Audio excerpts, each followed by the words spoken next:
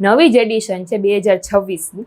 હવે GPMC act 1949, આ જે ટોપિક છે ને, જીપીએમસી એટલે કે the Gujarat municipal corporation act 1949, આ જે એટલે એને ગુજરાતીમાં કહેવાય ગુજરાત પ્રાંતીય મહાનગરપાલિકા અધિનિયમ 1949. આ ટોપિક છે એ ઘણી બધી એક્ઝામ, જેમ કે એસએમસીની સુરત મહાનગરપાલિકાની એક્ઝામ હોય, કે અમદાવાદ મહાનગરપાલિકાની એક્ઝામ હોય, રાજકોટ મહાનગરપાલિકાની હોય, કે પછી વડોદરા મહાનગરપાલિકાની, આમાંથી કોઈ પણ મહાનગરપાલિકાની એક્ઝામ હોય એમાં આ ટોપિક હોય જ છે. તો એના માટેની એક સ્પેશિયલ બુક આવી ગઈ, કેમ કે હાલ હમણાં ઘણા બધાએ સુરત મહાનગરપાલિકામાં ફોર્મ ભરેલા છે. તો ખાસ કરીને આ બુક પરચેસ કરવા જેવી છે. હું તમને દેખાડું બરાબર અંદર શું આપેલું છે. જો 2000થી પણ વધારે MCQ આપેલા છે.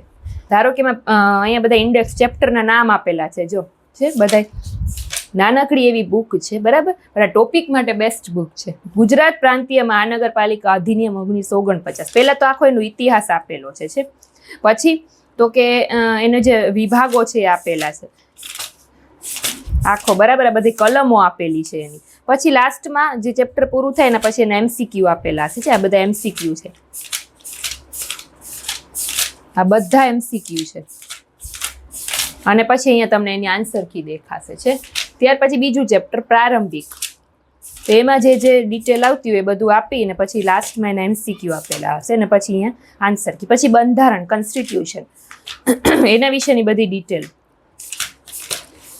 પછી લાસ્ટમાં MCQ. પેજ ક્વોલિટી પણ સારી છે. પછી corporation standing committee, transport committee અને અન્ય મંડળોની કાર્યવાહી, મ્યુનિસિપલ અધિકારીઓ અને સેવકોને નિમણૂક એ વિશે આપેલું છે. પછી આવશ્યક સેવાઓ, ફરજો શું છે એ બધું આપેલું છે. પછી કોન્ટ્રાક્ટ, કરારો વિશે વાત કરવામાં આવી છે. પછી મ્યુનિસિપલ પ્રોપર્ટી વિશેની વાત છે. મ્યુનિસિપલ ફંડ અને અન્ય ફંડ વિશે.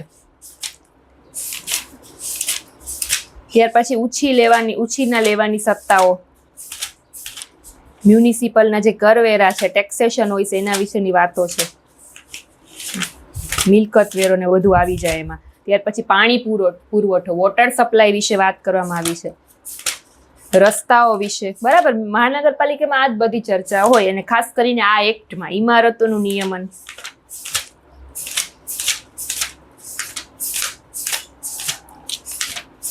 પછી બજારો ને કતલખાના. આ ટોપિક માટેની બુક ઘણા બધા સ્ટુડન્ટ્સો ગોતતા હતા, કેમ કે ઘણા બધા SMCમાં ફોર્મ ભરેલું હશે. તો આ બુક તમે પરચેસ કરી લેજો.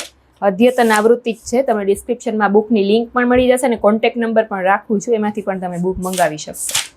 વળતર, દંડ અને શિક્ષા, આમાં તમારી ડિટેલ આવી જશે ને MCQ આવી જશે. નિયંત્રણ,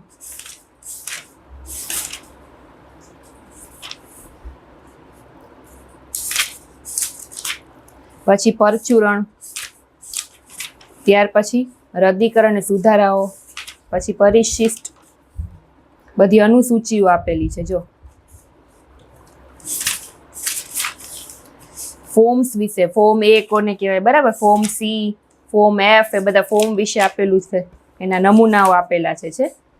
પછી અગત્યના MCQ, schedule A chapter 2 to 29, 2 થી 19 જે ચેપ્ટર ગયા આગળ એના અગત્યના જે MCQ એ બધા એકી સાથે આપેલા છે બરાબર. લાસ્ટમાં એના આન્સર હશે.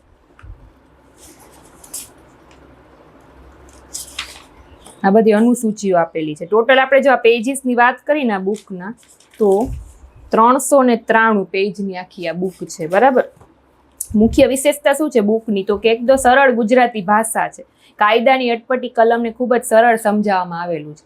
પછી અદ્યતન સુધારા, એટલે કે જે લેટેસ્ટ સુધારાઓ થયા છે ને એ સુધારા સહિતની આ બુક છે બરાબર. પછી પ્રકરણ મુજબ ગોઠવણી કરેલી છે, સિલેબસ મુજબ. મહત્વના જે મુદ્દાઓ છે એમાં હાઇલાઇટ કરેલું છે. પછી ચાર્ટ ને ટેબલ જ્યાં જરૂર પડે ત્યાં આપેલા છે.